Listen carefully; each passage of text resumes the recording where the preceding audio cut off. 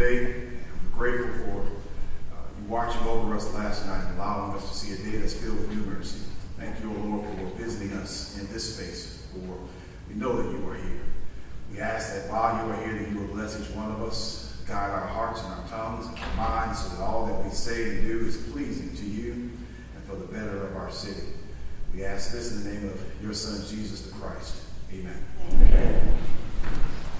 I pledge allegiance to the flag of the United States of America and to the republic for which it stands, one nation, under God, indivisible, with liberty and justice for all.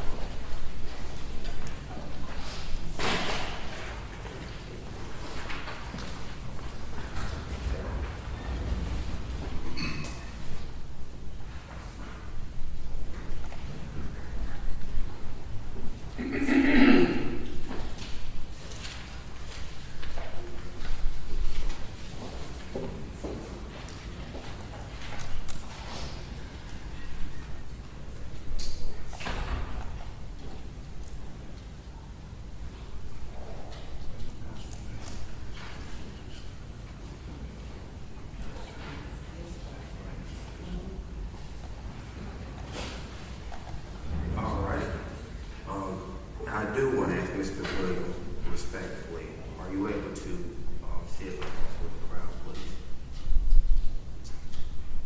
Mr. Williams, the president's addressing us. Sorry, I'm a little hard to hear. I was asking you, could you please sit, remove your seat and sit with the rest, I please? beg your pardon? Would you please sit with the rest of the crowd, please? Thank you. I have a hard time hearing. That's the real matter. Yes, thank you. We're so far back from the Give me this one place where people are. All right, so we have a list here. Special meeting, so. I know we all can hear you. All in favor? Aye. So first up is Chris Reed. Mr. Chris Reed.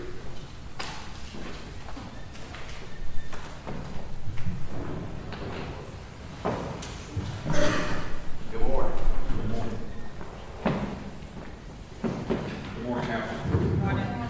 Give me just a few minutes to kind of share a little bit.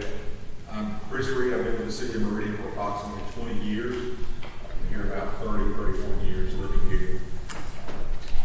This is my place. I enjoy it. I love it. Raising my family here. I do want to just communicate this to you real quick that I represent not the Meridian Police Department, whom I've been employed with for approximately 20 years, but I represent myself in saying these things. I've had the opportunity in those 20 years to be under several different administrators, chief of police, and even though there's times that we disagree on some things, that reality was they were still my chief, my boss, city council, mayor, CAO. And it's important for me to support what they do 110% of the time. That's the only way that we're going to be successful. So the few contacts that I've had in regards to Mr. McAllister, whether directly or indirectly through my chief, has had nothing but complete 110% support. I really want to make sure that we adhere to what Pastor just said in a prayer, that everything that we say and everything that we do is pleasing to God, not only to God, but also to the citizens of Meridian. We have a tendency to be drawn to controversy, drawn to negative things that are brought out about people, and so I want to kind of flip that a little bit and show my support to an administrator that a lot of times I don't agree with it, but reality is they're still my administrator, and I have to support them. My mayor, we are totally in the opposite spectrums as far as political views, but once again, he's my mayor. I got to support him 110%, and I'm going to continue to do that as long as he's the mayor. CAO is the same way, Mr. McAllister. I don't agree with everything that he does, but the reality is he's my CAO, and I'm going to support him 110%. The chief goes along with that. I don't agree with him, but he's my chief, and I'm going to support him 110%. We have a tendency to use social media as a platform to tear people down, and that's entertainment. Saying something positive for somebody, I'm going to create enemies. I don't care. And it's not going to be newsworthy or anything because it's nothing negative. So I'm going to speak positive on behalf of Mr. McAllister, that the contacts that I've had with him directly and indirectly have been just complete support for the police department as a whole, and also the unit that I'm a part of. So I appreciate this opportunity to come before you and speak. Thank you. Thank you.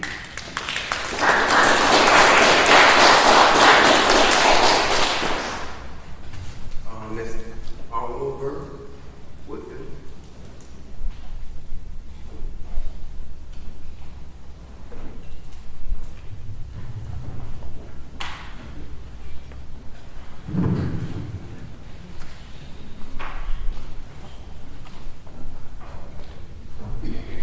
Good morning. Good morning. You don't mind if you state your name so we can get you record, please.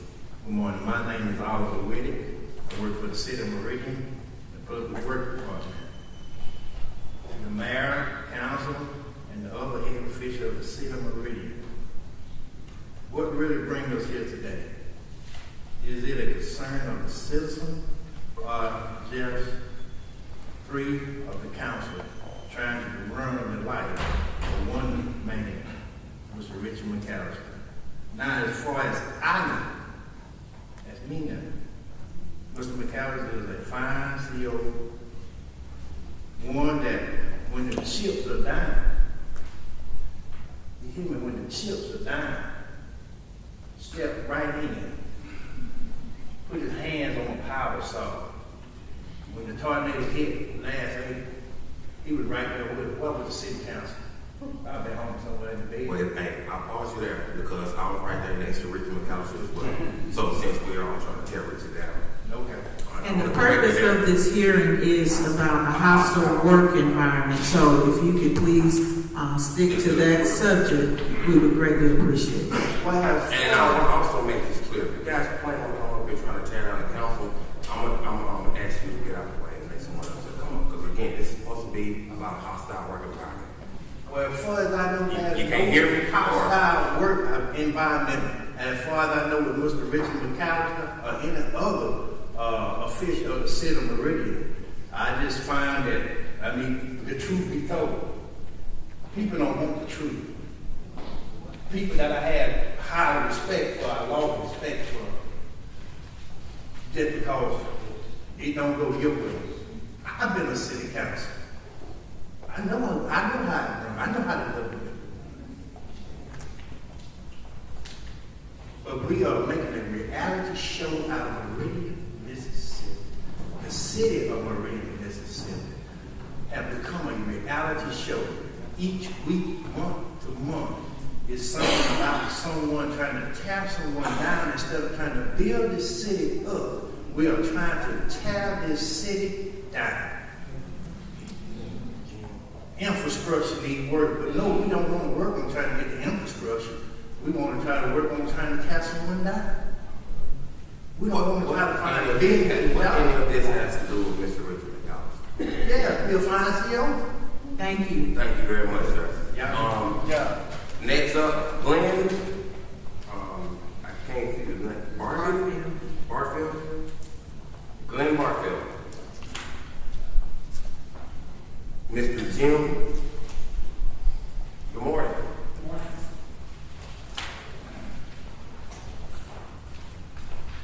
Good morning, Council. Good morning. I totally agree with everything y'all saying about. Could you please state your name? My name is Jim Robert. I have been a city employee for 4 years. And I totally agree there's a hostile work environment around here right now, but I don't believe it's the man you're talking about. I believe it's partially the council's issue. You know, when you bring up telling somebody, hey, you know, let's cut this man's salary from $90,000 or whatever to zero, well, you set a precedent.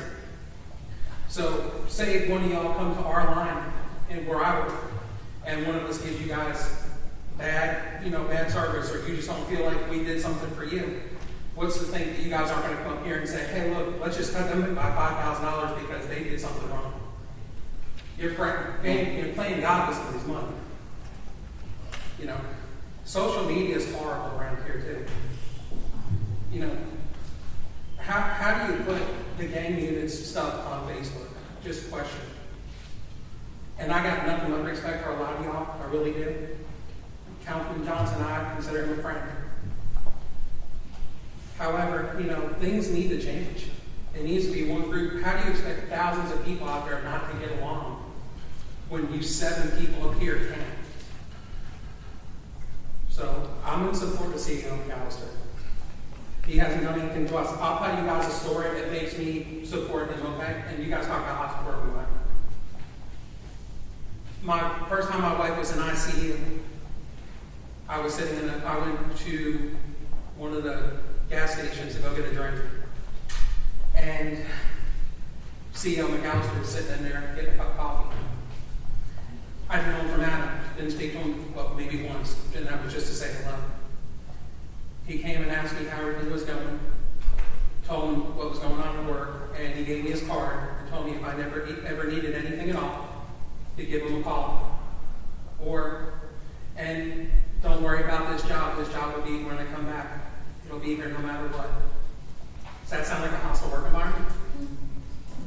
Second time I was in there, he did the same thing. Councilman Johnson also did. Wrote me every day.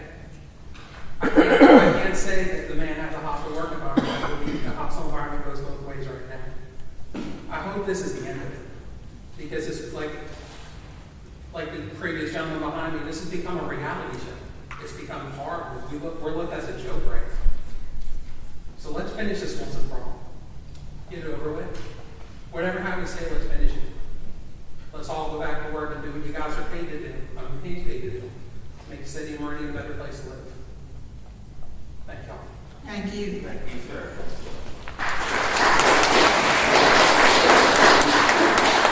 Ms. Katie, I think this is Rainer. Katie Rainer? Ms. Katie Rainer. Okay. Mr. Kevin Lawton.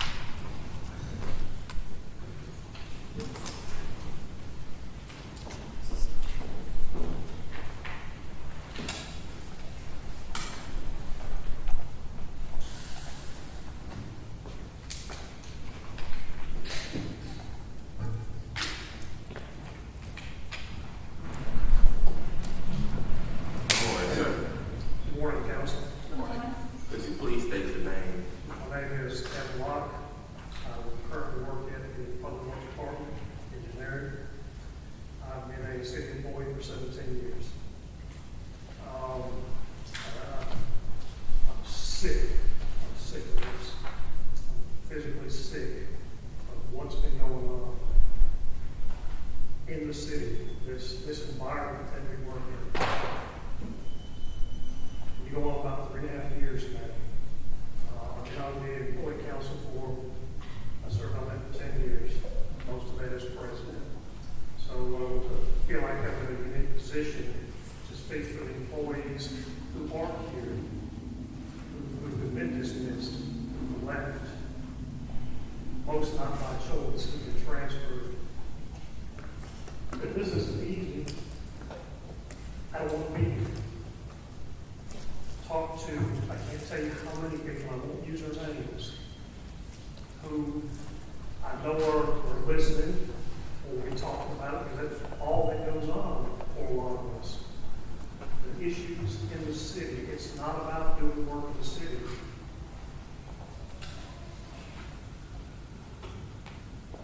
Could you speak up just a little bit, please, sir? Thank you. I know to some this is going to sound like sour grapes. I promise you it's not. If this was fixed, I would walk away today. walk away, don't want anything, wanted to change, I live here, out of vested interest, could go anywhere. Decided to come to the city. And when I did, there was opportunity. We've worked on a lot of big projects, administrations, and I'm not saying that we're not doing that. It's how it's being done. It's who's being marginalized.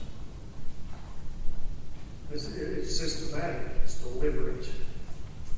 When I was hired, I was 802 for the qualities that I brought to the city.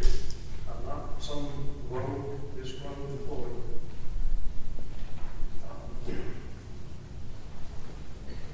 And then this is, we were saying about Sccm McAllister. This is really the mayor and the CEO. This is the administration. And from there, how it bleeds down to the department heads, to the division heads, and to those who are shown preferential treatment. While others are trying to do their jobs, they can't. They don't know what their jobs are. Mayor, when you were first elected, first came to office, on the employee council, we invited you to a first dinner. Watch your state plan, we had right up here. We were all excited. Could you please address the council, please? We were all excited. And from very, very positive back and forth.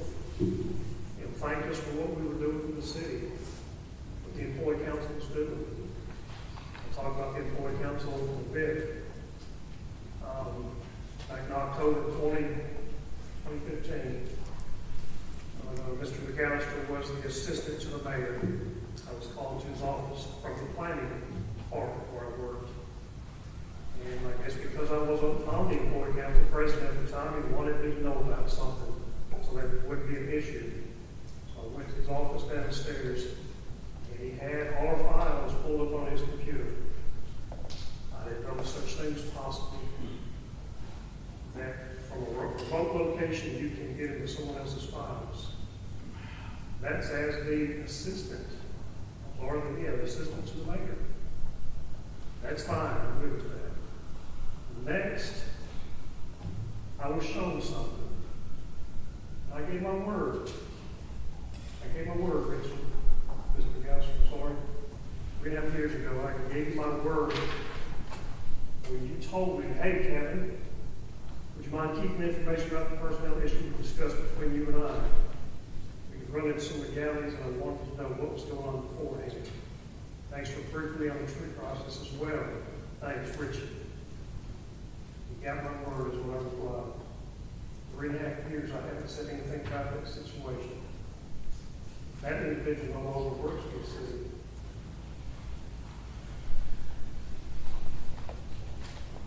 Whatever I say here, it can be corroborated, verified, facts. And as a planner, we document everything. So anything I say is backed up. This isn't an attack. This isn't a target. I would say those of us who are on the receiving end have been targeted for no reason. No reason.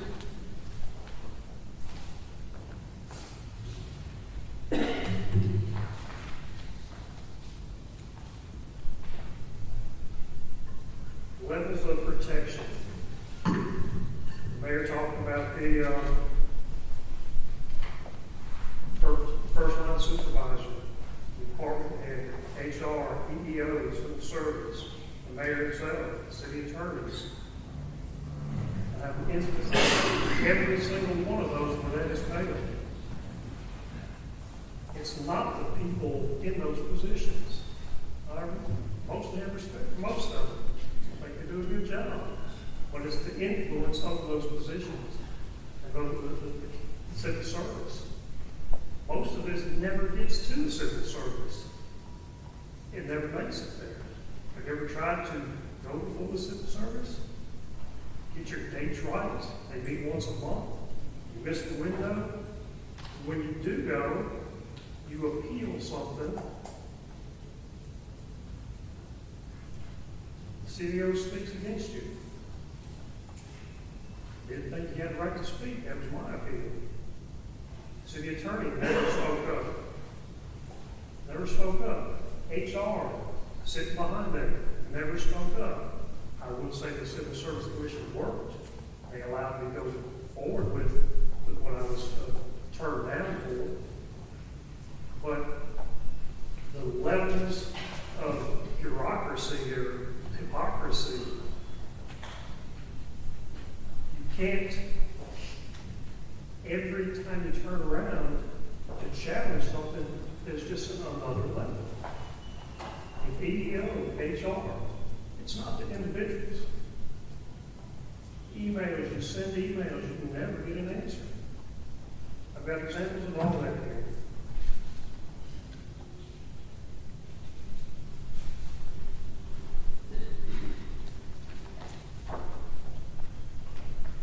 When an incident happens, take to EEO. Again, something you don't want to do. We're supposed to be doing the work of the city. You have more important things to do. But it gets to a point where you have to say something. If you don't, you're completely part of the problem. So I went to EEO and explained what was happening.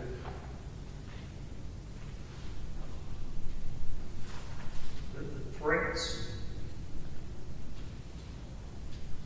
It's amazing to me, all the people who were involved in these things no longer work for the city. They're all gone. I was the last one standing in our entire department. I've since been transferred.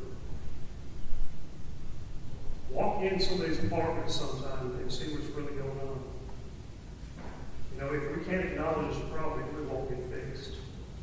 There's a lot of problems. You got a lot of good employees that are just so glorified. Just make an 8 hours, go home.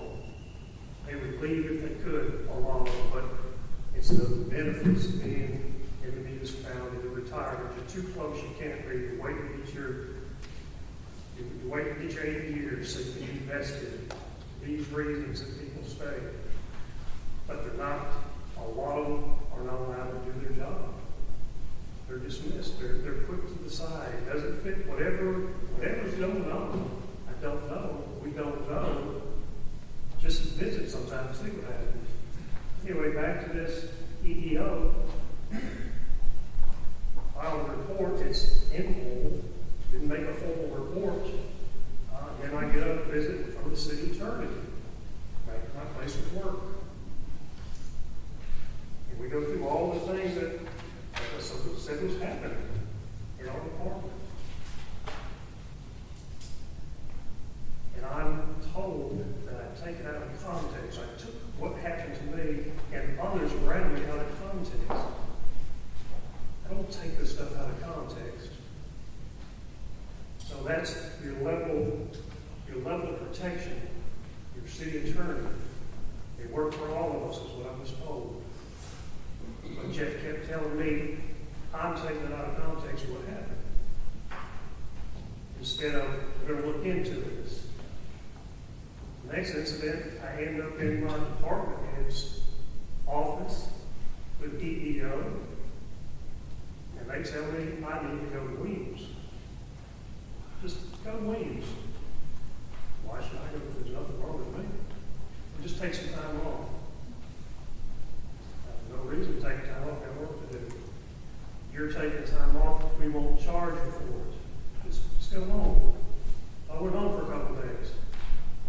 Vacation out of the city, I appreciate that.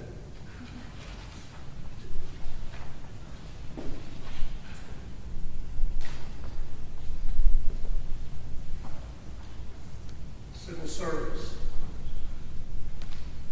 Yeah, it's not sour grapes. This person gets the job. 5 different occasions here, each one's different. The rules change depending on who is supposed to get the job. Is it so bad that we can predetermine? We can predetermine who's going to get the job before it's even advertised? It's not fair and impartial. The mayor has no influence. The administration has no influence on this per our code, service code book. First of all, you deny an application because your 5-year degree doesn't qualify you, or someone else may have a GED and they do qualify, you turn around on education. I don't understand that. You go through that appeal process. I'll tell you how that went. You take the test, you score 100. Hey, this is a good system we have here. Well, still don't get the job. Predetermined. And we know it. I won't know what positions are out of respect for who did get the job. I don't have anything against my fellow employees. Another job comes open. Go through the whole process.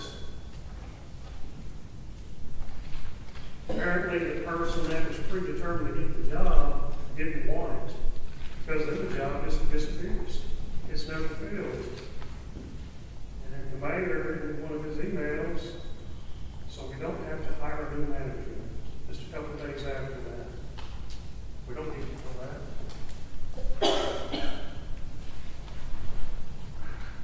Here's another one. Go through the whole process. Everyone's on the list. Someone's in there acting. Got a list to choose from. Make a decision. Choose one or not. So we have someone in an acting position filling up that position, and the one they came from is vacant, so it's hiring 2 positions. Another position, been working there for 15 years. I know I was most qualified. Not sour grapes, just the process, what we're dealing with. 15 years in that position. The test says 100% based on your relevant education and experience, 100%. Well, you go to civil service, it was split 70-30. Paperwork didn't say that, but they changed it. I was notified of that. So 2 people applied. They've been there 15 years. A common courtesy, would you not get an interview? No. You don't get an interview. I'm saying all these things because it's predetermined. Predetermined as if you're not the person for it, you're not going to get it. And when you start asking, hey, when do I get an interview? Here's all the emails. Here's your department heads, HR. You ask about it, you get called into a meeting in HR, and then you have another department head in there with you, asking, what's the problem here? No problem. I'm just asking, when do I get an interview? What position do you feel already? Something else that goes along that has to do with employee files. I'll bring up in a little bit. I was asked about if anybody reviewed my employee file. Civil service or HR tells me I need to go to civil service. I need to go to civil service and ask them if anybody reviewed your file. Weapons of nonsense. By design. This is by design. It's a pattern. That's what a hostile work environment is. It's over and over and over. And if I was the only person that this was occurring to, I wouldn't be here right now. I wouldn't be here. We got another one. Fair and impartial. The panel. 3 people on the panel interviewing. 2 department heads. Wonder how that one's going to turn out.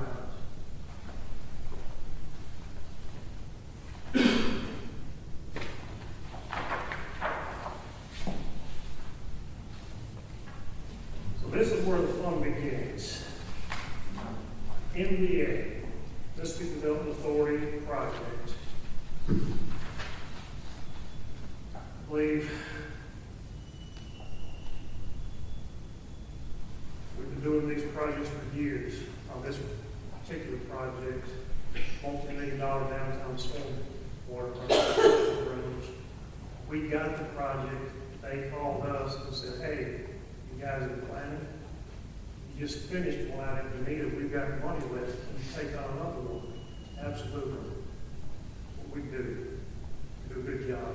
It was money given to us. We're going through this project. There's a lot of folks leaving, retiring. There is no city engineer. A man, planning manager that worked for the city was brilliant. He was brilliant. He's been run off. And you follow the email trail. And it just, there it is. You see it. You never knew what was, you knew something was going on. You just didn't know what. Well, now I know. And it really infuriates me. I mean, it's easy to come up here and just run people through and say how wonderful everything is. And you know, there's been a lot of good things. So the people who want to participate in those good things but won't, because they know what's going on. They can't. So we have a meeting. Everyone gets called in from MDA, all the players, all the lawyers, all the accountants. And in this meeting, with your department head, everyone is one of those meetings, the big meeting. Mr. McAllister comes in and he apologizes for his staff, professionals who know what they're doing, and give the opportunity, will prove it. But no, we're thrown under the bus in that type of a meeting. I'm looking at my director. I've got a sheet from the funding agency saying what a wonderful job we're doing. And there was an issue that came up that should have been handled through communication. There is no communication. 3.5 years, no communication by design. So we go through that fiasco and get called to the attorney's office that afternoon. You know, it was a blow up. What's going on now? City attorneys tell us, y'all not used to dealing with these grants. Where is this coming from? Where is this false narrative coming from? I know where it's coming from. It's documented. And after all this is done, if you're interested in seeing any of this, these are the cliff notes. The documents follow. Richard, Mr. McAllister, came into that meeting at the city attorney's office. Never sat down, stood there across the table and waved his arm and yelled. If you've never experienced that, just, it's not something you want to experience. There's people who no longer work for the city because of that. The physical, in your face, leaning across the table, hollering that you don't know what you're doing. You know, about 30 seconds of that, most people will snap. And I did. Again, this was witnessed by my boss, 2 other department heads, and the city attorney. Someone should have stepped in and said something. Hey, we don't conduct ourselves like that. When it went on and the threat was, I don't know what I'm going to do with you, y'all, and the planning division. Don't know what we're going to do with the planning division. So the threat was made, and here we are years later, fulfilled. Everybody's gone systematically moved out. If you don't realize what that planning division did, something's going to implode.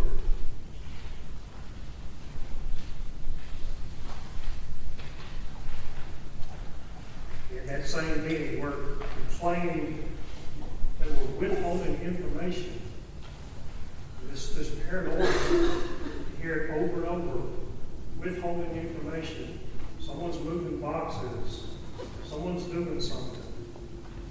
It sounds petty, and it is, but when it continues every single day, you don't know if it's going to happen every single day.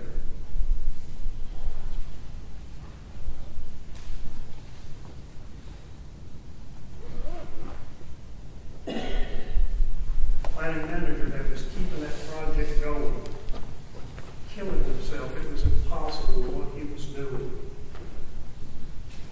To see someone so demoralized, put their head down, a professional, who's belittled. I couldn't stand it. I lost it and said something back. We had a communication. That was, at least we had some communication.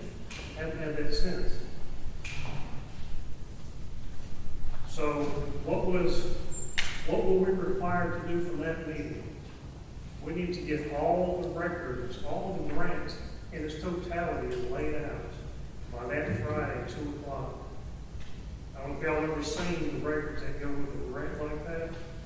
It's an impossible undertaking. Was that by design?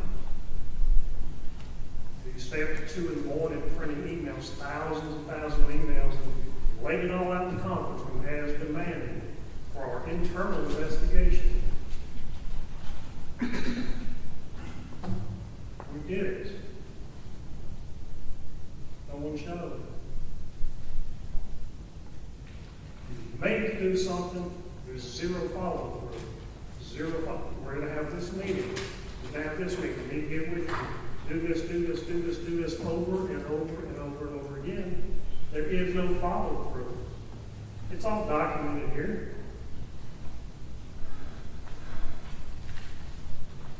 So we got it all laid out, killed ourselves. No one ever looked at it. I had to take pictures of all the stuff we laid out there. It was so much. What all the time we wasted doing that, and it was for nothing except to make a point. Who's the boss here? I missed my 50th anniversary celebration from college. My 19th year. I missed it that following Saturday for killing myself to get this done. Again, this isn't just me. There's others who aren't here, who can't speak, who left, who moved, who left the city of Meridian. Good people. This trivial making light of our boards and commissions. It's Mickey Mouse. Don't let these guys get in your way. No roadblocks. We're going to take care of it. We'll play whack-a-mole. Talk about professionals. Play whack-a-mole.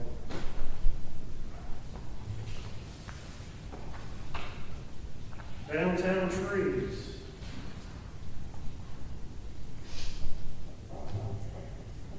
We had a major project to plant trees.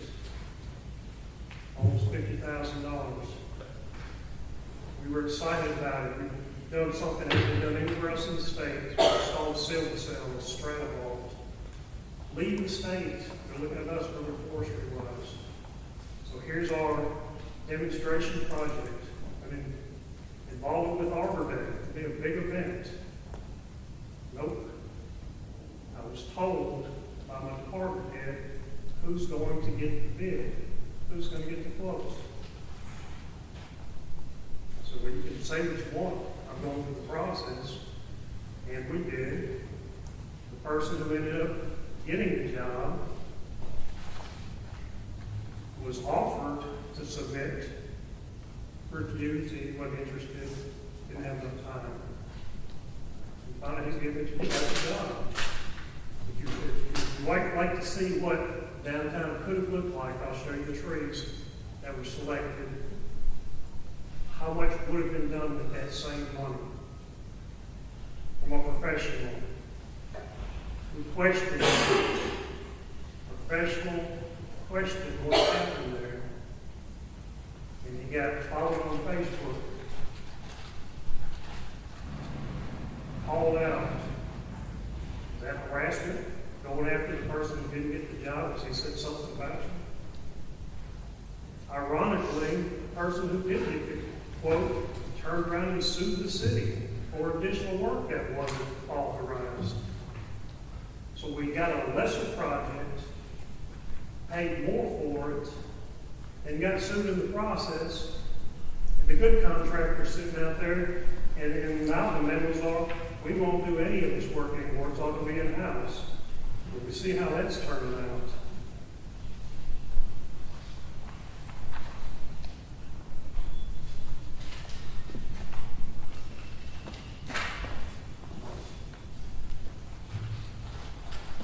Going behind your back and talking about you, setting the stage, creating who I am. I read these emails and I wonder, who is this person? Who is this person? You never get the opportunity to respond to these emails. The game is it goes out to the mayor, department heads, city attorney, and select council members. You're never involved in what you're being blamed for. Constantly, over and over and over again.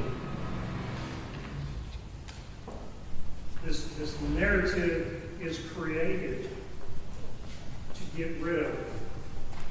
You never know what hits you. You're not involved in it. You're blamed for it, you're not involved in it.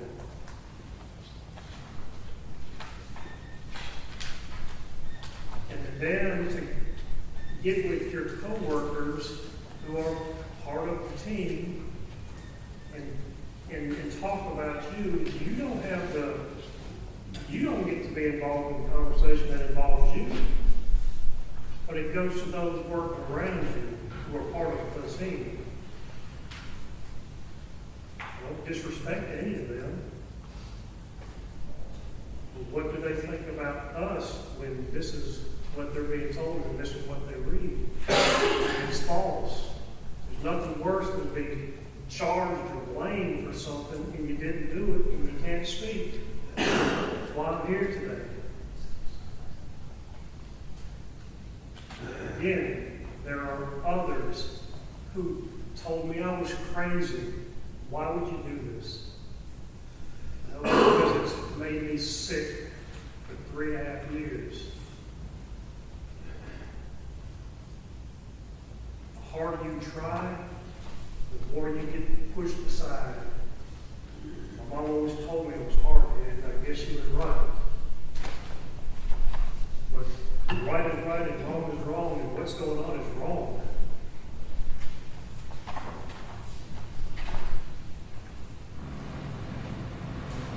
Urban Forestry Management Plan. Again, we're going to create the story about the road employee out there doing something on his own.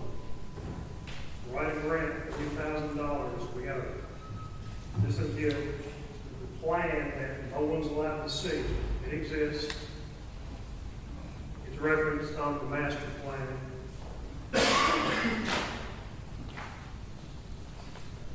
But the years that go into that, the effort that goes into that, the involvement of all the other departments to make that happen. But because of who, I shouldn't say because I don't know why these things happen. It's not my role. I'm just telling you, it is happening.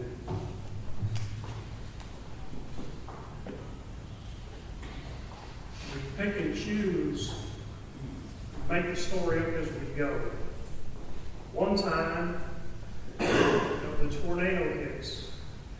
And then you get the email saying that you need to provide me what you got on the new tree program. You can work on it for you. You should have something to show. This is the same plan that we're not supposed to do, or that doesn't exist. You can't have both ways. Meeting with department heads about who's doing urban forestry, what is urban forestry, whose roles are to be doing this grounds maintenance of these trees and these interstates. I was transferred, again, that's what I was hired for. Transferred out because of the abundant urban forest. I was moved to public works. Okay? I'm out of the way, do what you want to do. The work still goes on. You still do your job, because that's what we do. You get it approved through the tree commission, which is their goal, and then get it to the council.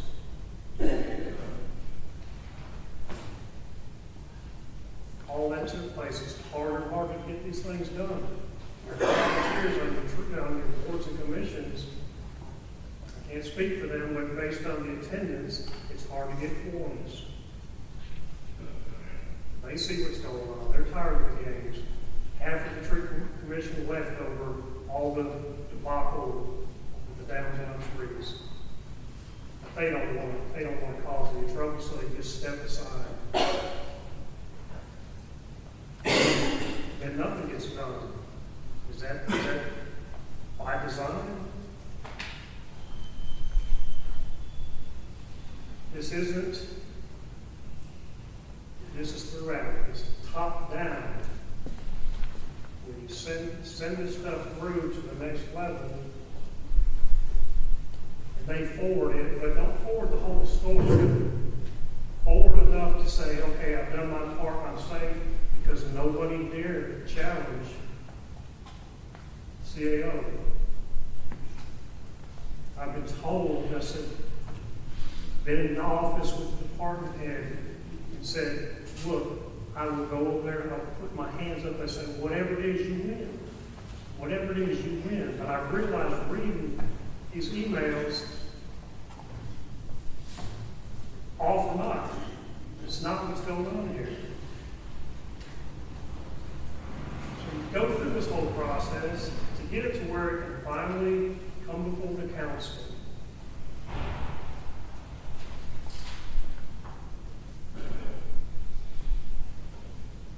And again, the emails go to a select few. You tell the story you want to tell. You leave those out, they don't know. They don't know what's going on. That's by design. If it was once or twice, you can understand that. This is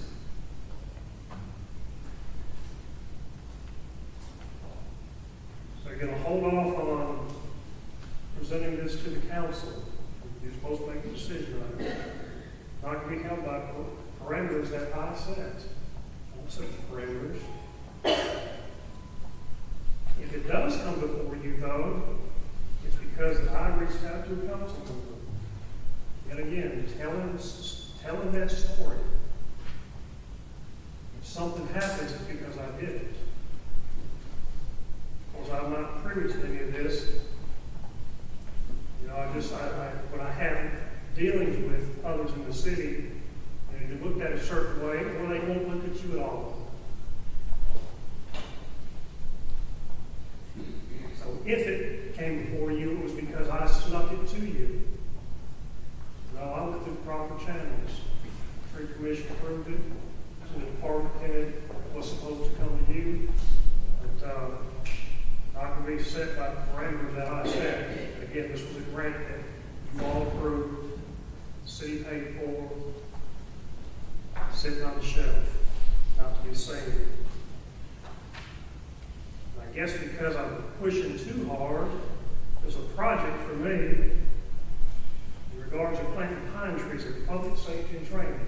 That's another subject we'll get to. So we'll show him he's going to go plant some pine trees.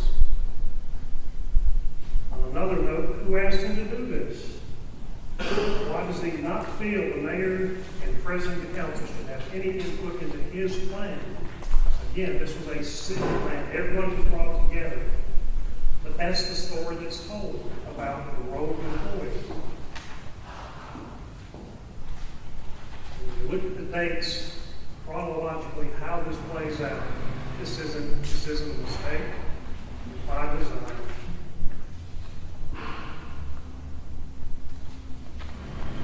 Yes, when the department head was told to figure a way to fire their ass, and that didn't work, this is what happens.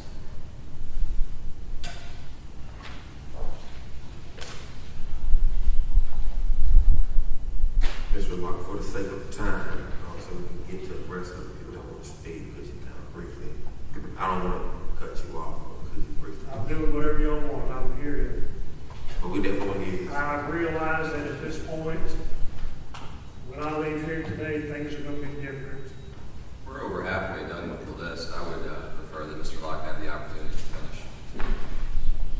How much more longer do you think you have, Mr. Locke? I condense it to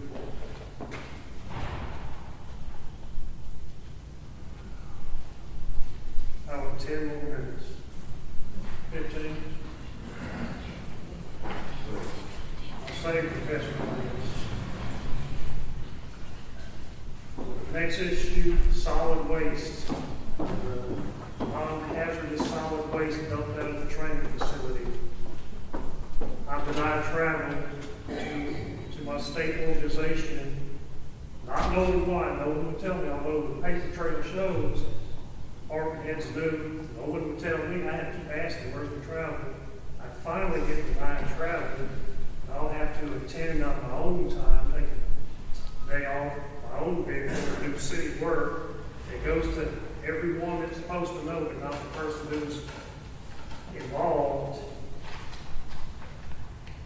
And I would say, it's the CAO, but then the email from the mayor says, thank you. Thank you.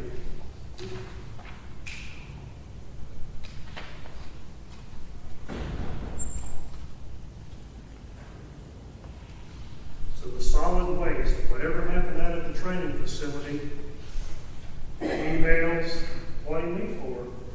I've been out there. Well, I'm sorry, I have been out there, but nothing but some solid waste. I might blame for that. The city could get into some trouble, some legalities, and myself and someone on the state board that I was got blamed for it. Enough time goes by and I finally can travel again because of whatever reason I can travel now.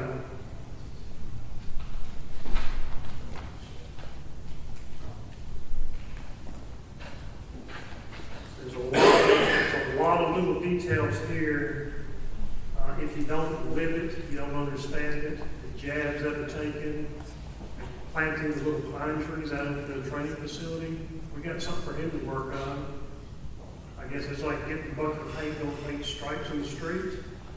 I'm a professional, I don't go plant little pine trees to keep it pacified.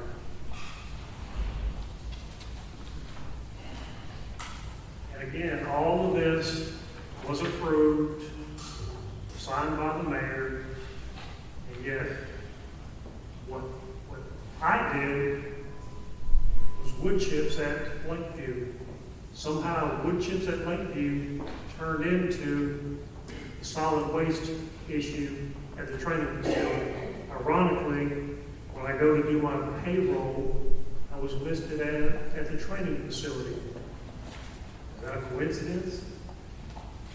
I'm at the training facility. I guess that's the corroborate I work there and not in public works.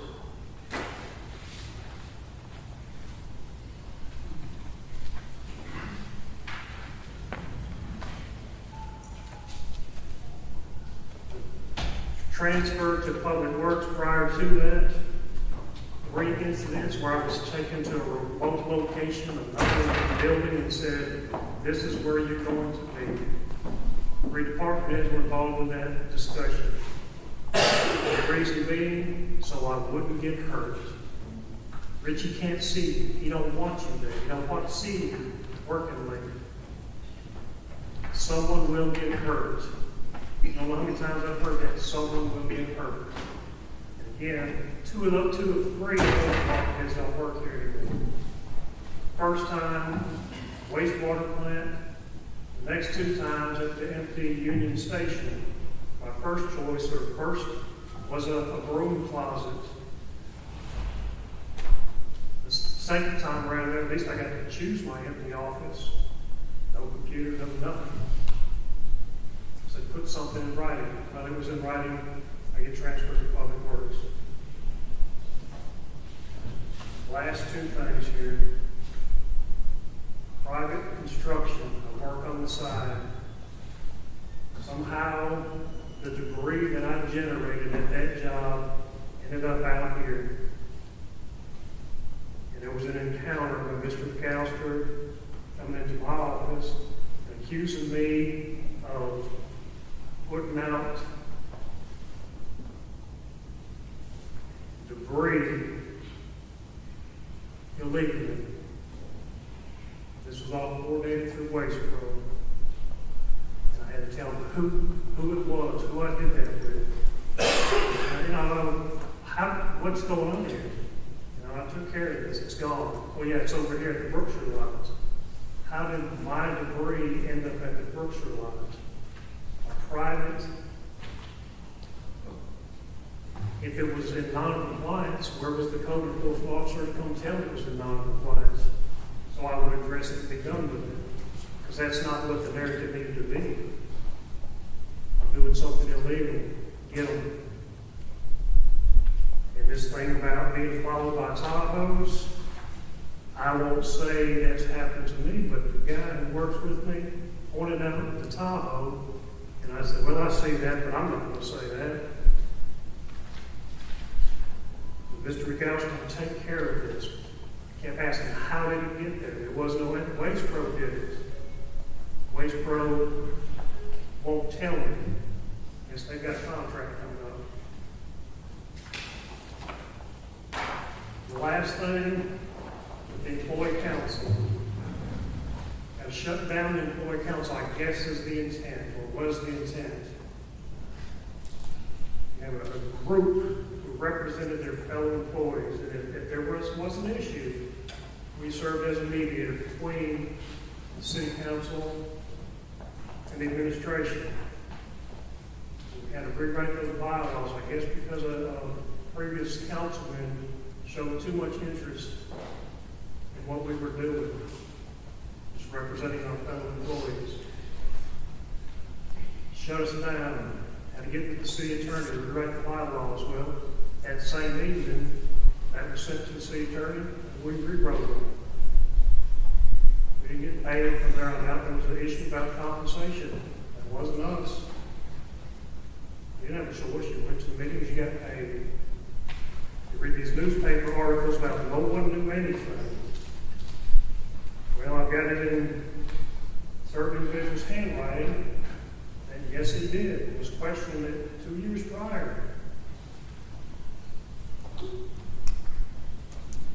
But yet, we're made to be out, to be the bad guy. So that's bad enough. Okay? There's an investigation that was started because of that. I'm assuming it was a benevolent one. We closed that down when we found out it wasn't covered by the umbrella of the city. Gave that money away, most of it, used it. Ms. Johnson, we gave you $700 for your organization.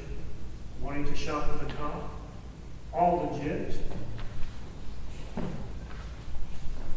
when you get investigators showing up at your office wanting to talk to you about what's going on, you have no idea what's going on. Someone, we know who, turned into the state auditor.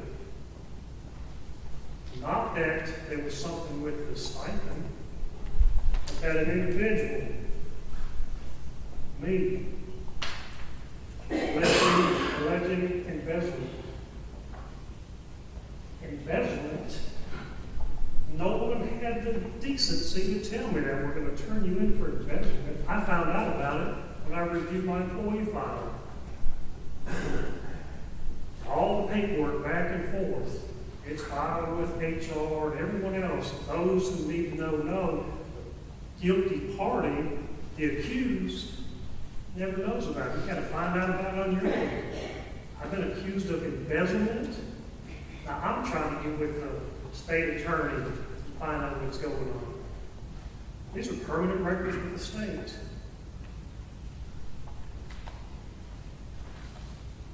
That's not harassment.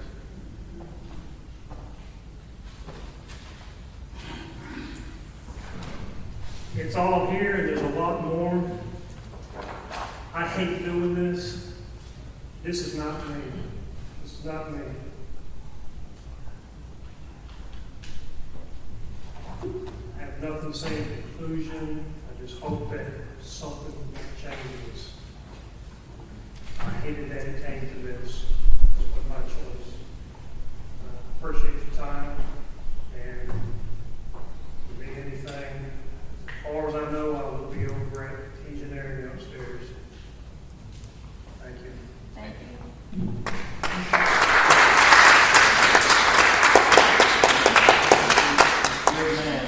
Next, we're going to have Mr. Anthony Dorman.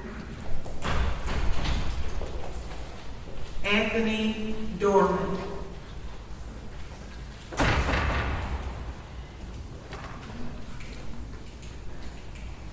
Last call, Anthony Dorman.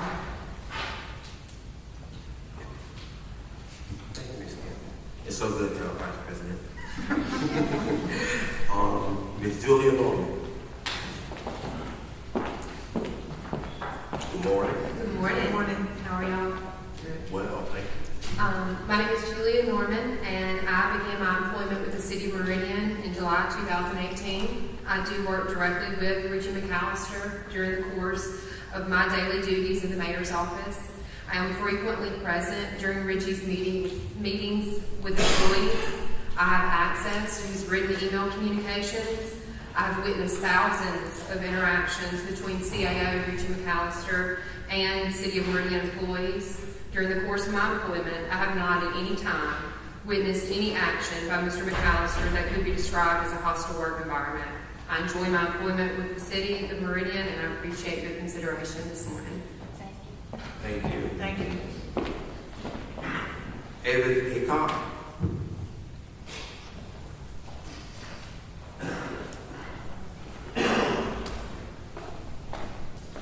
Good morning. Good morning. My name is Lance Laycock. I've been with the city for Hold about, that mic down. I've been with the city for about 23 years. I work in the computer department. I'm here on behalf of Richie. I think he's done an outstanding job. He's always been respectful to me. He's always greeted me in the hallway, spoke with me. I do not understand where the hostility is coming from, where y'all say it's coming from. You know, like I said, hostility goes both ways. And I say, on both sides, you know, things are being said and done that should not have been said or done, but it's also, it needs to be spoken out that we, as some of us, not all of us, agree with Kevin with his employee council stuff, saying that he speaks for all of us, because he doesn't speak for me. I speak for myself, and I say Richie has been doing a good job, and so has the administration. That's all I have. Thank you.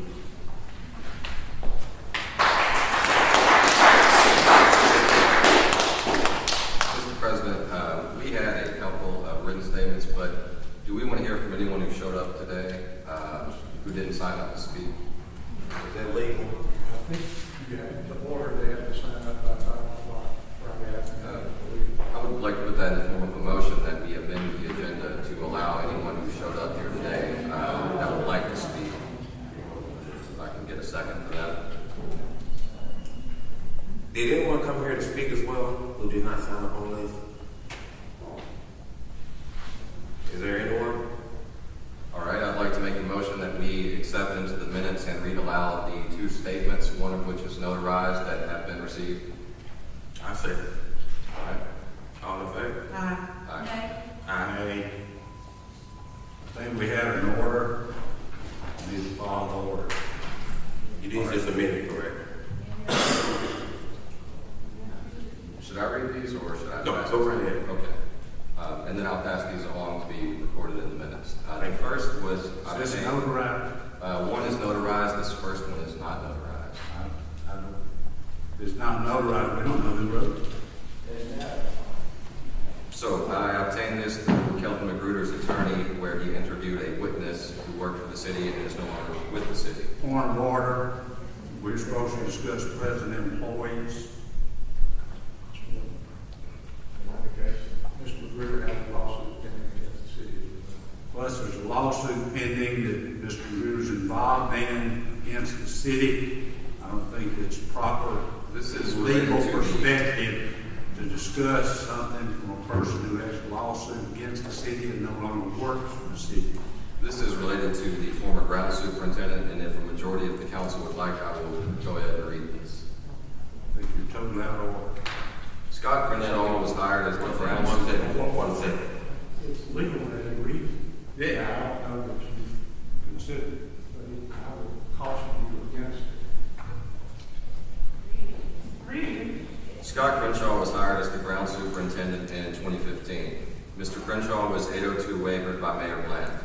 In the summer of 2015, Chuck Butler was verbally threatening Scott Crenshaw at Sammy Davidson softball complex. Mr. Crenshaw informed Percy Bland and Chuck Butler that the ball fields were not playable because of the rain and the shape of the fields. Percy and Chuck Butler met with Mr. Crenshaw at Sammy Davidson. Mr. Crenshaw stated again that the fields weren't able to be played on because of the rain and the possible damage to the fields. Chuck Butler went into a rage and verbal attack against Mr. Crenshaw in the presence of Percy Bland.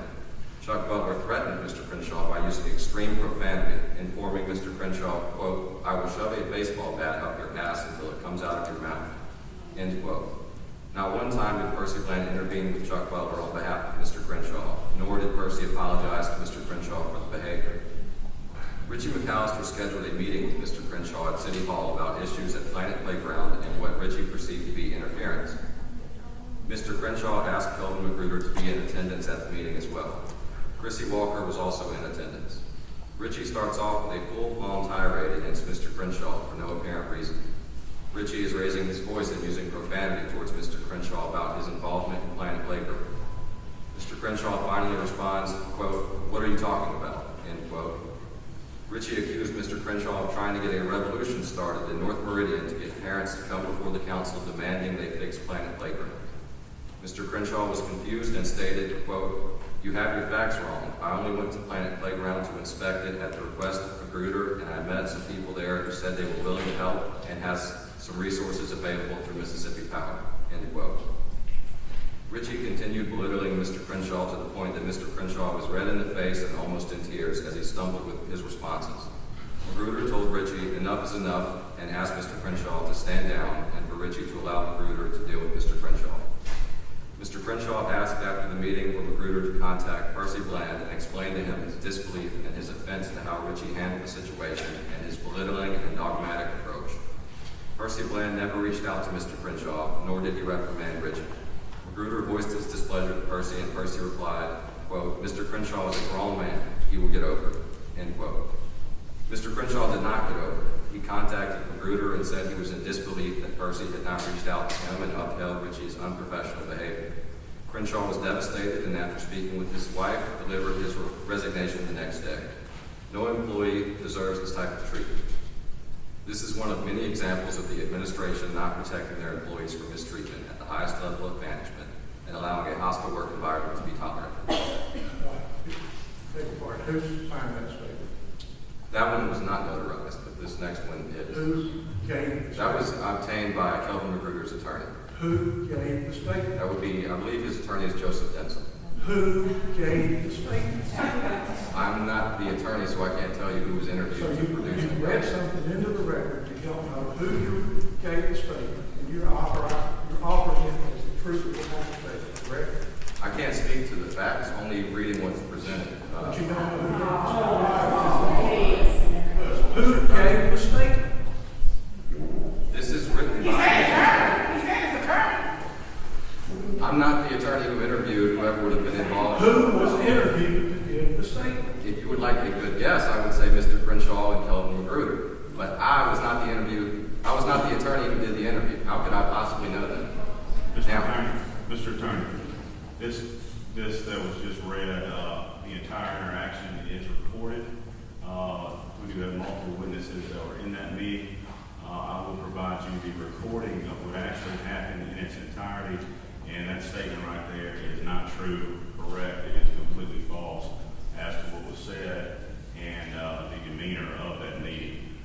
Ms. Magruder was in attendance, and I will be providing you with the recording of that meeting.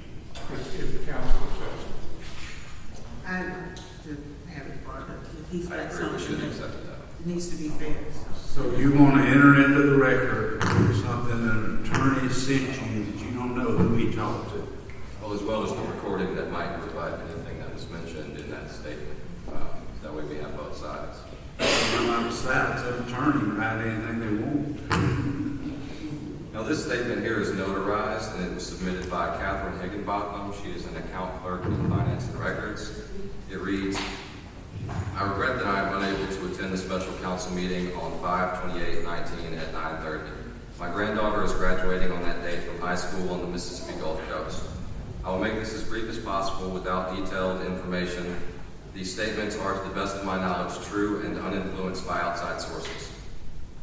My first knowledge of the affair between Percy Bland and Stacy Thompson came when I went into the north emergency stairwell. I was carrying mail from the second floor to the... Point of order, I think we're here to discuss Mr. McAllister, not the mayor. We are here to discuss a hostile work environment, per the order. I was carrying mail from the second floor to the Human Resources Office. 1 second, on the first. 1 second. The order reads that we are here for a discussion of a hostile work environment. The order reads that the council is initiating an investigation into hostile work environment. Doesn't say anything about Mr. McAllister. Okay. But if the council believes what is being read is in connection with or relation to a hostile work environment, then the council can make its own determination as federal hearing. Okay. Do you feel it is, Mr. Leonard? Absolutely. I was carrying mail from the second floor to the Human Resources Office on the first floor to use the postage machine. The two were standing facing each other when I entered the stairwell. They backed away from each other, and the mayor asked me what I was doing. I told him, and he asked me what was in my hand. I told him the mail, and he repeated himself over and over. I started descending the stairs with the mayor following in behind me with Stacy beside him. He was so close that I could feel his breath, and he started saying, "What did you say?" He repeated this, and I replied. I was truly scared. A couple of days later, there were gunshots fired in front of my home. I called the police, and they arrived approximately 45 minutes later. The lady officer apologized and told me that she had asked permission from Chief Lee, and he would not give it right away. After the shots, I saw a black Tahoe back up into a dead-end road. Several days after this happened, I was walking my dog, and a black Tahoe pulled up beside me, rolled down the window, and said nothing. I told him to leave me alone, that I was just walking my dog. He rode up. I was hit by a coworker, and then she slapped her hand over my mouth when I cried out. I was in my work cubicle. Another employee came out, and I told him what had happened. At that point, I was crying. He told me not to tell him, just go upstairs. That meant to the EOO officer. I did go upstairs and talk to Chrissy Walker, and nothing was done about this. On a more recent occasion, when Ralph Newman worked with us, the employee that hit me approached me with her hands in fists. She came at me, then noticed Ralph and backed off. If it were not for him, she would have hit me. She was aggressive in coming at me. This was reported to Stacy Thompson. I told her that there was a witness, and she said that she did not need his statement. Ralph went to her office after several weeks of waiting to be called and gave his statement. Nothing was done, so I called the EEOC. The only heading that they could assign to my case was age-related. That was unproven and case dismissed. During the EEOC case, I was moved to Union Station, and the employee that hit me got a raise. I asked for a meeting with Chrissy Walker so that I would be able to ask her a few questions. I put the questions in an email to Chrissy, and she became very angry. When I was moved, I was told that my job duties could stay the same, that I worked only for Finance and Records. When I got to Union Station, the employees there started telling me what my job duties were out there. Laura Carmichael was told that I was coming out there to help them. During my meeting with Chrissy, I was told that I was out there because of the EEOC documents. There would be no pay increase nor title change. I would do my work for Finance and Records and then for community development as a professional courtesy.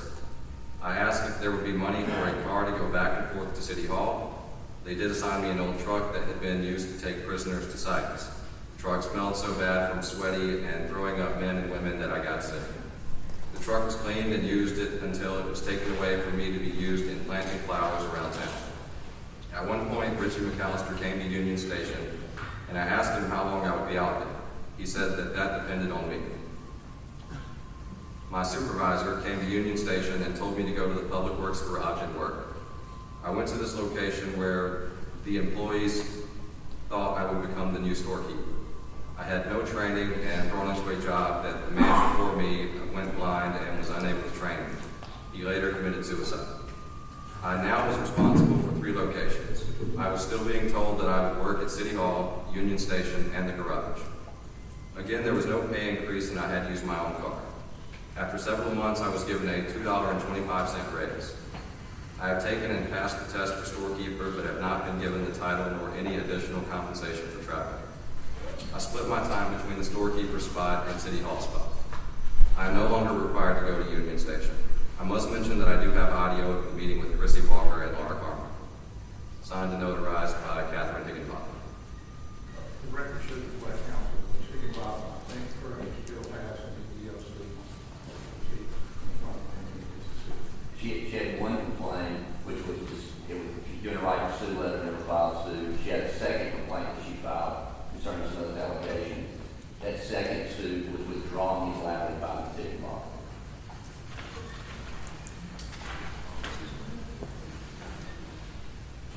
You have anything else, Mr. Lee? Those were the only statements I received.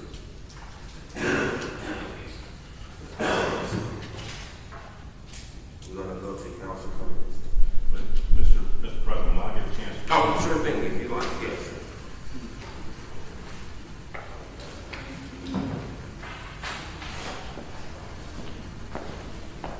Relating to Mr. Locke's accusation, in stating that I was behind some of the things that he stated, I'd like for you all to just sit here and listen for just a second.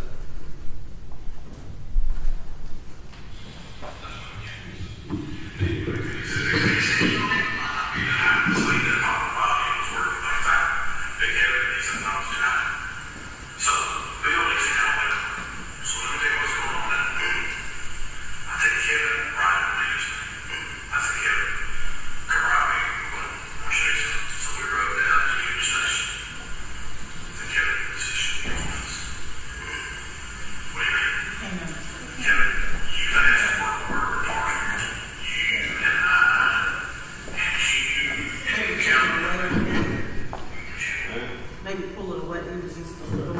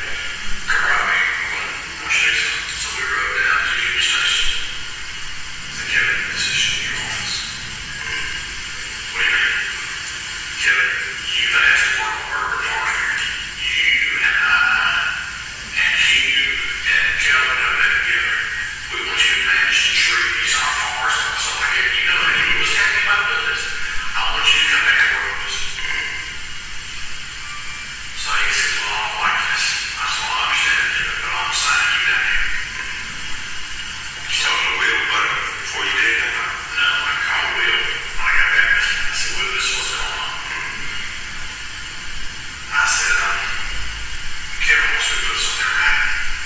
And I said, I'm not for putting something right because I'm mad.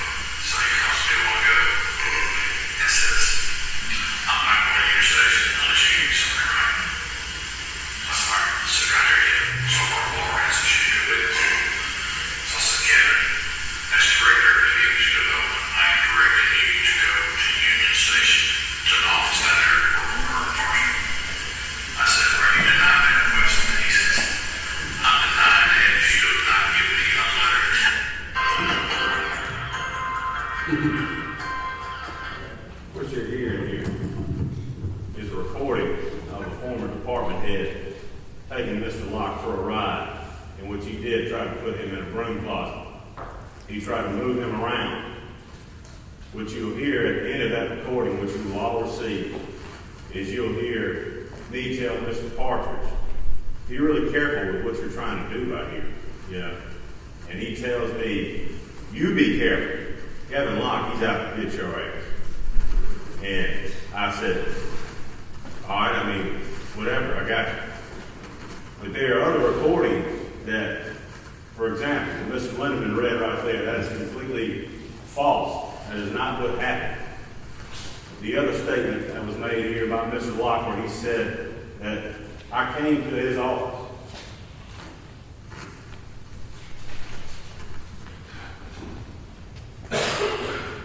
And I finally told him, never mind, I'd handle the bags, I'd walk out. When you listen to the recording, I'm whispering to him because I don't want him to say that I created a hostile work environment.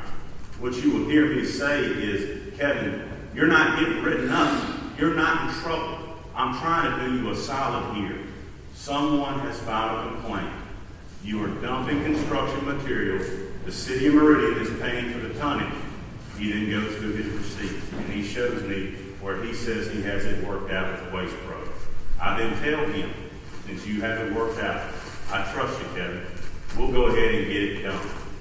It was dumped at City Hall because no one then could say that it was taken to the landfill and Kevin Locke committed fraud by defrauding the taxpayers, paying for his personal construction site. You will hear that in that recording where I'm saying, we'll get it taken care of. You're not in trouble. You're not getting written up. I'm doing you solid.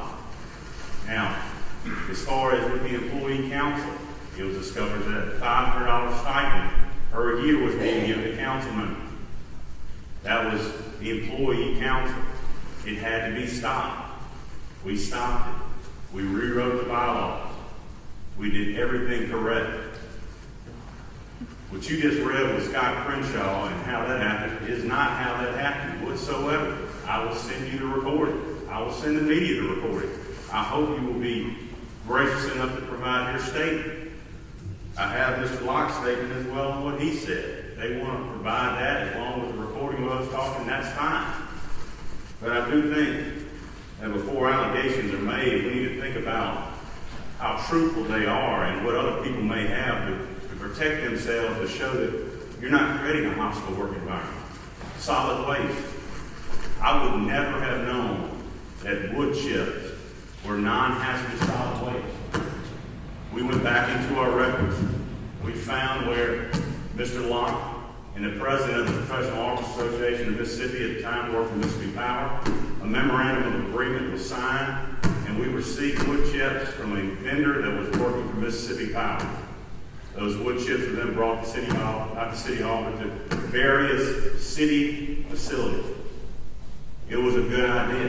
They were going to use that for mulch. Mulch we wouldn't have to pay for it. But what no one would ever know is that if you grind up a tree and you stockpile it, it becomes non-hazardous solid waste. The reason Mr. Locke's travel was stopped at the time was because we thought we may be going into litigation with the Professional Artists Association of Mississippi to bury those wood chips. Mr. Locke was not written up for that because he knows trees. He's exactly right. But even though he knows trees, I don't understand how anyone, him included, could ever think that wood chips are counted as non-hazardous solid waste. To me, that was crazy. He was not written up. The employee council issue, yes, as a copy of what transpired, he was not written up. Since I have been the chief administrative officer, Mr. Locke has not been written up. Dealing with MDA, we received a letter from the Mississippi Development Authority from their director of compliance. He did not say, Mr. McAllister, when would be a good time for you to meet next week? The letter stated, you will be meeting me and my team at 10 o'clock on Wednesday. You need to be there. From that point there, they said that our information was not being kept the way they needed to for compliance. With that, I apologized to the man. I did. I said, I'm sorry. This is a big project. Our folks don't really handle a lot of big projects like this. From there, in discussion, it came up about the potential for the federal inspector general to look into our federal grant. With that, we had all emails and correspondence and paperwork pulled, timelined out. Mr. Lott did put all that information together. Luckily enough, the federal inspector general did not show up, but we were more than prepared for him to. Once again, Mr. Lott was not written up.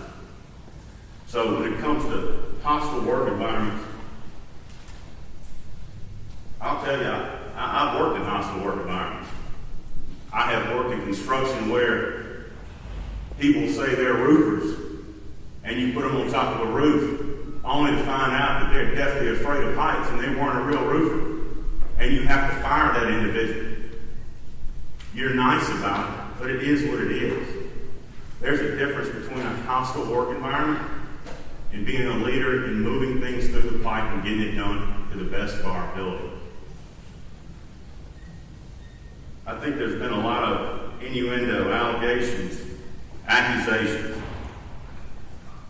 My family has been through a lot these past 3 months. I thought my wife was going to have a miscarriage when she found out that I had my pay taken away and my benefits. Luckily enough, she's okay. But the constant harassment, I have the body camera footage, Mr. Lindeman, where you and another individual twice in 8 months have tried to have me arrested.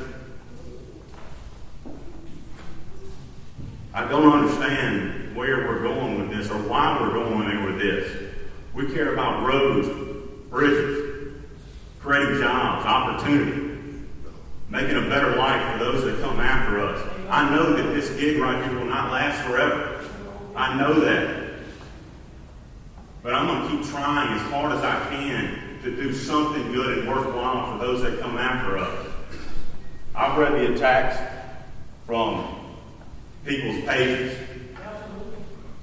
And I'll tell you, I'm not scared to have someone write things about me that aren't true. I'm not scared of videos to be put out and to make me feel like I should be intimidated. I will not walk away. I have not done anything wrong. I have not done anything illegal. I have not created a hostile work environment. And I stand by that. I stand by this man. Because the day that you're talking about, from that statement, I was with him. I was with him and we were walking out, saying that she felt the breath on the back of her neck. She was one flight of stairs below us. She had a handful of mail. And I never heard what you said until just now. It's character assassination, but you've got to understand these people have families. Right now, when you Google search my name, there's stuff in there where you're saying I've stolen $2 million, that I'm creating hostile work environments. And you said in one of your podcasts, Councilman Lindsey, you said I'm too young to have a past. I'll have a past one day. But right now, you're creating your own legacy. And I know you may want to be a social media star. There's repercussions for this down the road. And that is, you're going to have to one day go ask for a job. And someone's going to have to be willing to hire someone that is willing to read out a document where they don't know where its origins are. You said, I assume it came from this person. You just read that into the record like it was truth, like it was gospel, like it's the King James Version, and you don't know where it came from. That's not fair to the city, to the citizens of Meridian, or for the employees that work here. I apologize that we have to be here today, but I stand by what I've done. I have it documented, and I do have pretty good intuition when I think someone is trying to maybe come back one day and say that I said something that I didn't, and I document it. If I meet with an employee and it seems like it may be a personnel issue. That conversation's recorded. I'm a part of that conversation. And I tell them generally, this conversation is being recorded. But I hate that that's the world we live in. But today reaffirms that world. But I'm glad over the last 3.5 years that I thought maybe one day I would have to stand before you and answer for my actions in the past. I stand behind every decision. Thank you.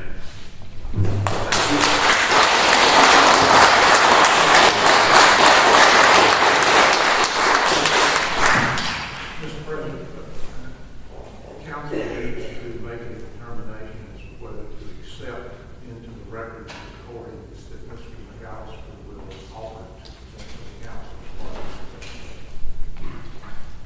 I make a motion that we accept those recordings as well as reach out to Ms. Higginbotham when she returns from her trip to receive the recordings that she mentioned in her statement. Second. All in favor? Aye. Mayor, do you have anything? Yeah.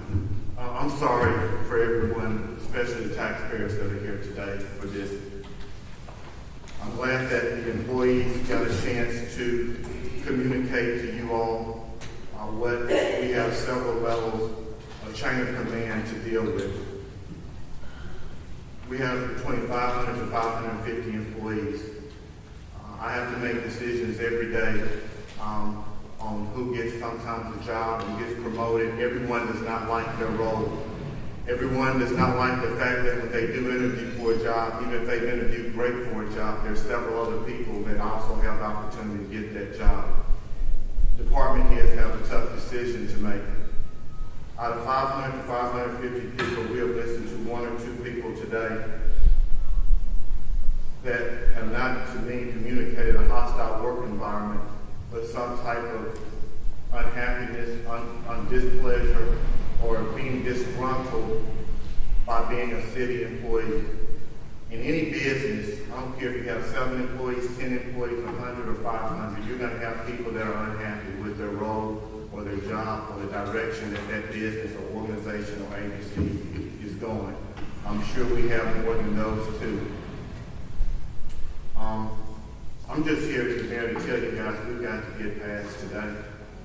Richard McAllister will continue to be the CAO of the city of Meridian, and we're going to have to work together. In regards to what Mr. Locke said, we're going to move forward in a way that gives him an opportunity so we can go back over again what his role currently is with the city, what his role will be on our future commitments that we have out there, and we'll work forward with him. As far as Ms. Higginbotham, I never had a chance to communicate with her anywhere, Mr. Lindeman. She never met me in a hallway somewhere to feel my breath or any of those things. But I will say that we have internal things that are going on that we can't communicate. She has been moved from one location to another because allegedly someone pushed her in the back, which we found not to be true.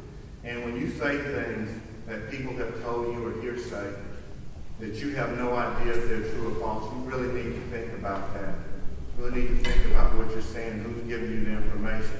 We have active lawsuits going on with 2 department heads that I've terminated. Period. The department heads, everyone that you see work over here, serve at the will and the pleasure of the mayor. And they have a role to do with the city. The CAO, the department heads, they give advice to the mayor. But at the end, it's my decision as CEO of the city what direction we go. So I know that there's some people that don't work here anymore that are unhappy because they don't work here anymore. But at the end of all that, I'm the one that has to make the decision to keep them or let them go. So I'm asking you as a CEO and as the executive part of this form of government, and asking you as the legislative branch of this government, let us work together because we wasted a lot of people's time today with this 2-hour meeting. I'm so glad that the people, all these employees got a chance to communicate to you all. And no matter what business that you are in, if you have between 500 to 550 people And at the end of all of this that we've been going through for 3 or 4 months, you have 2 people that are not happy with their role or have something that they have said to have been creating a hostile work environment. Those are pretty good percentages. And I'll take them, and I'll take the work that this administration and my team is doing. But I'm asking you guys, this city can't move unless we move together. And as far as I see it, the 7 of us are going to have to continue to work together. And there's no way around it for the next 2 years. And we'll deal with 2021 when it comes. Whoever wants to deal with 2021. But I'm here to work for the people. Thank you.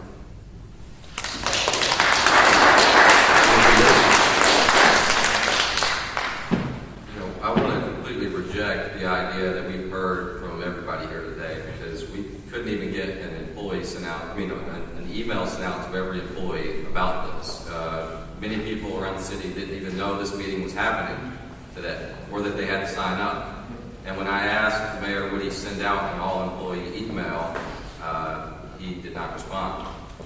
We've heard that there are all these avenues for employees to go and make their grievances heard, but we also know through emails that have been published that the PEO officer doesn't keep those in confidence. We know that. They forward the complaints to the mayor's office. That is a fact.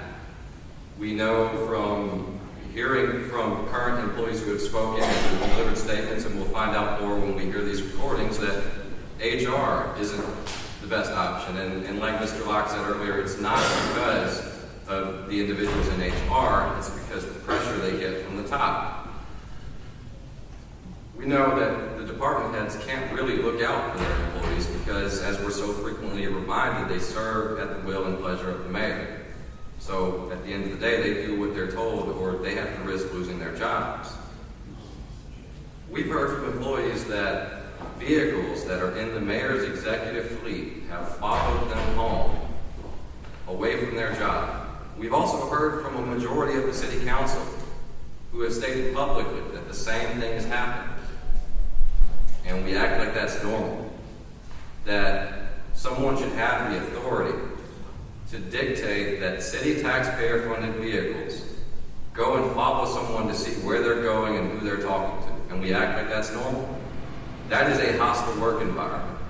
If not for just those 2 employees who, I would love to know, by the way, out of the 9 people who signed up, how each of those 9 found out about this meeting here today. Because, again,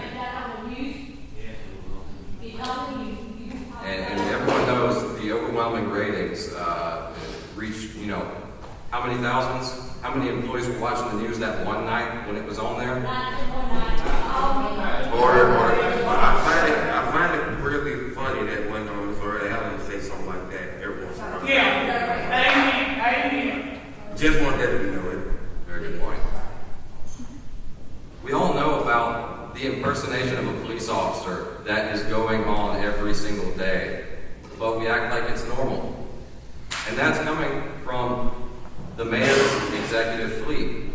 Vehicles that were assigned to a department head that are now assigned to a building inspector that has blue lights on it and was even documented in a WTOK interview, since we want to talk about news coverage.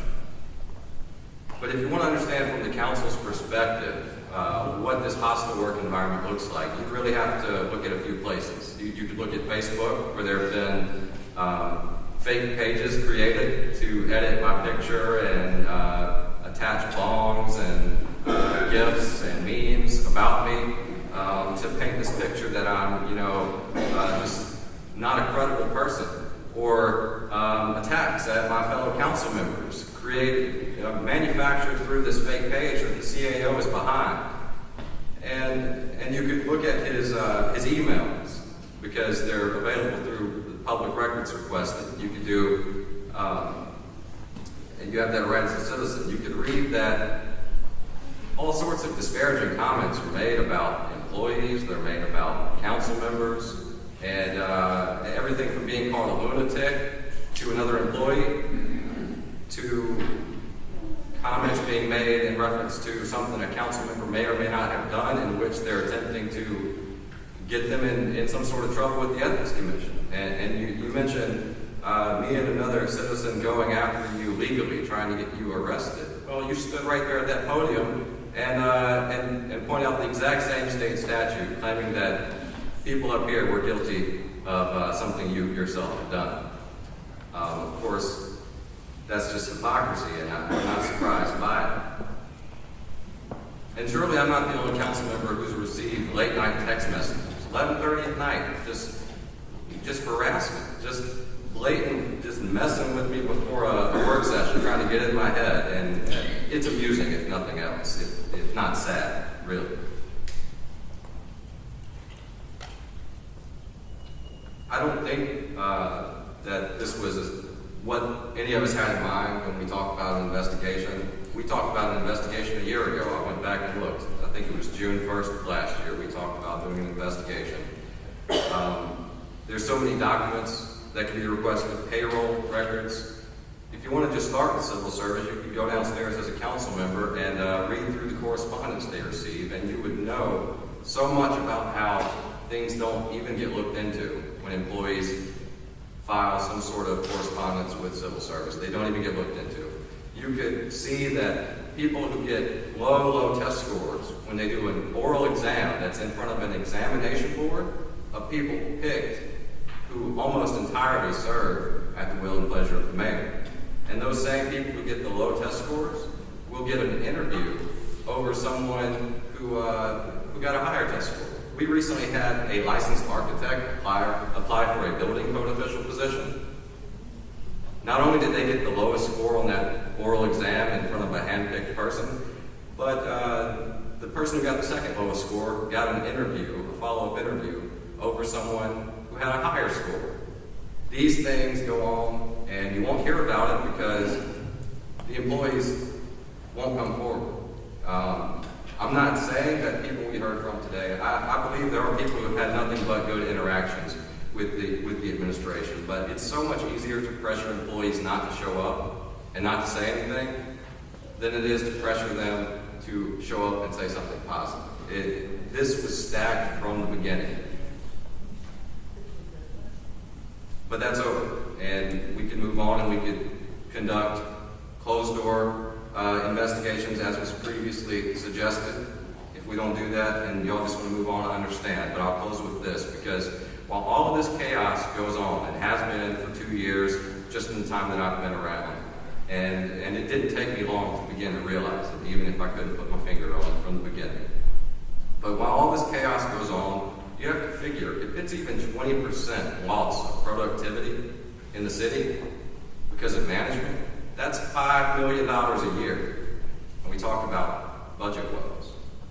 But if we just ignore very real management issues while they're out telling people to track each other down with Tahoes and use $80,000 of taxpayer vehicle to act like they're FBI agents and give people the power to be police officers when they're convicted felons, then $5 million waste. Just think about it.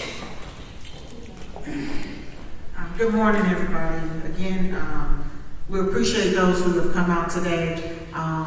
The purpose of what we were here, I've heard several things and a few attacks against the three of us who voted to move forward with this, but just for the record, it was never our intention to be some kind of witch hunt, and I've expressed this to the mayor. My concern was that there were people calling me, saying things, and as I have said in this microphone over and over again, it's hard to fight battles for invisible people. So we provided this platform here this morning for those who generally had some concerns that they wanted us to hear, and I did think that it would be fair for everybody to hear the same thing at the same time. Unfortunately, those people were not here today. For whatever reason, they did not show up. Mr. Lott stated his case, and he did have a lot of information, and hopefully the legal team or whoever needs to look into those things and look into those things. But I do hope that moving forward, Mayor Bland, as I expressed to you this morning, that employees will be provided an opportunity so that this circle that seems to be unfair and intimidating, that together you all can develop some type of system where people can feel like they can go through the right process. Because we don't want to start a precedent where people feel like we got to do all of this and then they still don't show up. So the idea was to provide that platform. We have done that today. Hopefully whatever's going on in civil service, hopefully that will get worked out as well. And that you guys can figure it out for the sake of our city, for the sake of our employees, for the sake of just getting along so that we can move forward. Again, I appreciate all of you all coming, but it is a serious thing for people to feel like they can't communicate, and that hurts our work and progress. So if we can just try to do those things and provide that environment, I think we all can move forward better together. Thanks everybody for coming. I noticed the chief wanted to say something, so President, I'm going to yield my time to the chief. Thank you. This hostile work environment issue that you are dealing with, I don't know what goes on in City Hall. I don't know who feels they're in a hostile work environment or what. That's not what I'm about to address. What I'm about to address is this impersonation of a police officer. At the last council meeting, when the comment was made, not only by yourself, but by a member of the audience, that someone was impersonating a police officer, and it was on the WTOK. I went back and researched WTOK's website.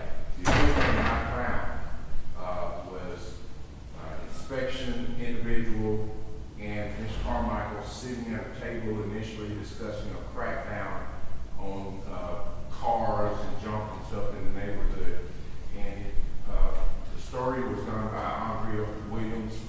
After that, the video flashed to a black Tahoe with flashing lights.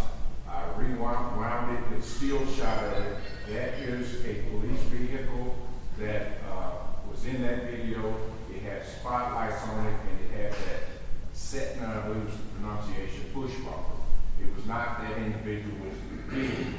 Was that individual driving that vehicle? I don't know. But it was not the vehicle that's assigned him. That's what I wanted to address. That individual was a police, that vehicle was a police vehicle that was in the video, not the inspection individual's work vehicle. And that's all I can say about that. I don't know who was driving it, but it wasn't his vehicle.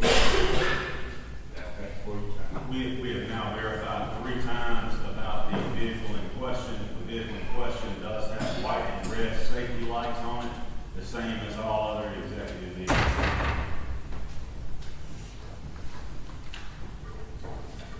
I think it's interesting that we had this meeting the day after Memorial Day. It's a privilege to live in a country where we can have public hearings, where people can voice their opinion. About 1.5 million people, citizens and non-citizens, gave their life and their duty to this country to give us the opportunity to have meetings like this. Whether we like them or don't like them is not the point. The point is, as a citizen of the United States of America, I'm privileged to live in a country where we can have people to express their opinions, to have meetings like this. Again, the question is not whether you like it or don't like it. In other countries, people can never have the opportunity to voice their opinion concerning a public official or anyone else. It's a sad day for Meridian, but again, I'm glad I live in a country where we can have this type of meeting. When people issue statements without consulting people, when people make accusations and aren't required to bring up facts to back those up. We all have our opinion of what's right and what's wrong. Again, I thank the people for coming. think the people here have sat and listened. But again, thankful that we can even have this opportunity. I don't believe it's a sad day for Meridian, nor do I believe that this meeting was a waste of time. Mr. Kevin Hawk spoke up, and if he has been the only person that said anything, that is fine. But he had some closure for the day. You don't know. He said 3 years, so we can imagine how long he held that in. So to provide a platform for the city employees to speak up, I'm A-okay with that. If you guys disagree with me, then you should reevaluate yourself, because this was an effort for the council to make sure that we heard the voices of the people who was afraid to speak. And so for you to come up here and make a statement as it relates to, I lost respect in the council just because we're doing our job as a council to hear people, you should think about your own stuff about that. But again, these are small little minor things that we look at. For instance, again, with Ms. Loretta Allen, she made a statement, how we quickly get there, where someone else in here made the same statement and no one moves. These are the small things, and when it relates to the Tahoe chief is, I seen it, I recorded it, I got it personally. So it happens. It happens. And as it relates to being followed, yes sir, yes sir. I seen it personally with myself. And when I go have these certain communication with people, you notice these things, and it's not as if they're trying to hide. You see it places. Man. Oh, okay. So, pretty much just to move forward, I know we heard a lot of talk when people say, you know, what we're doing as a council is damaging the city and we can't get any jobs to come here. I don't think jobs been here for the last 30 years, and we haven't been in DC for only 2. So it's not us that's making these issues. I think EMBDC is working real well to try to get some jobs here, and I really appreciate that. And we are building communication with one another to move this city forward. But in order to do that, someone got to communicate. And with this city, there is none. Bottom line, you guys can sit there and make the statements that this council is being very arrogant or whatever the case may be. I disagree. We have a council that's at 20, 30, 40, 50, Thomas 21. I'm going to say 21. But you got different personalities that sit on this council, and for you guys to think just because, no disrespect to the mayor, but he's a mayor, and that we have to agree with what he has to go on, or you guys get to a point where if we don't vote in favor of what you want to send nasty text messages. It don't work that way. We have our own minds, and if we want to go with the direction of our vote, then respect it and move forward. It's just respect it and move forward. But I'm pretty sure you guys talk about how Ms. Loretta may be opposed. You guys think me a person letter here doing the same exact thing. What is saying you guys for her? It's the same thing. So we want to nitpick on one thing. You guys need to bring up everything, because there is a lot of things that goes on with this city, and you guys do try to intimidate people, and you guys do try to shut people up. I can tell them today, but I'm not going to shut up. I will speak up because I speak up for the city of Meridian, and people elected me to speak up for them. And if I did not, I would not be doing my job. So, bottom line, and I'm really not trying to vent out, but it really frustrates me because when all these people come up here like today, and we try to talk about, and I get it, Ms. Rich, I'm not saying he's a bad guy. But if there's a hostile work environment that these city employees feel that they're not getting attention, that's the council job. I'm assuming the mayor is responsible for the day-to-day activity, that's for sure. But if it comes to us, because we get these calls, not you guys, if you want, we can give you a number, then you will see how the change of attitude that you guys have as it relates to city employees. But if it's one person, Mr. Locke, if it brought him any type of justice, today was a good day for Meridian, not a sad day. So, bottom line, to move forward, I do hope we have some type of transparency moving forward, because communication has not been there for 2 years. Whether we lost trust in one another, we do got to move this city forward. We do have to move the city forward. The question is, how we're going to do it. We're going to sit here and continue to bring these little sneaky little notes to the council meeting and act like who didn't write it, we know where it comes from, because that's what we do. You guys are going to continue to try to bring up someone past as it relates to Mr. Lincoln did one semester in college. Means nothing. He's a smart young man. Colleges don't determine what you are, who you are.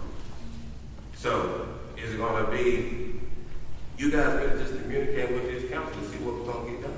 Because ain't no one, all this, no one said about the 8 to 9 killings that just happened within the last 2 months. Nobody. In the black community, there's been about 9 to 10 killings and a lot of crime going on in our community, but no one's speaking up on that.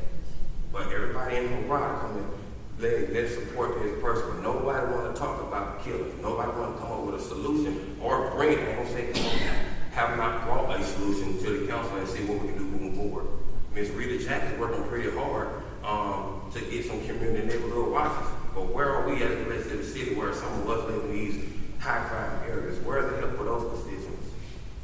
No one talks about that. We only talk about what we want to talk about or who we want to support. But I don't see a lot of the support of that coming in our neighborhoods. I don't see them trying to figure out a way to help this education system that's failing for our young men and women. I don't see none of that, but we're here to try to hurrah some things up that is really useless. And I hate that they have to resort to come here, Mr. Rich, because I know that you and your family have been through some tough times within these few months. But our job as council is to be a voice, not someone to shut us up from that voice. It's senseless. So moving forward, I hope that we can act or get along and somehow for the betterment of the citizens of Meridian. With that being said, I guess this meeting is adjourned.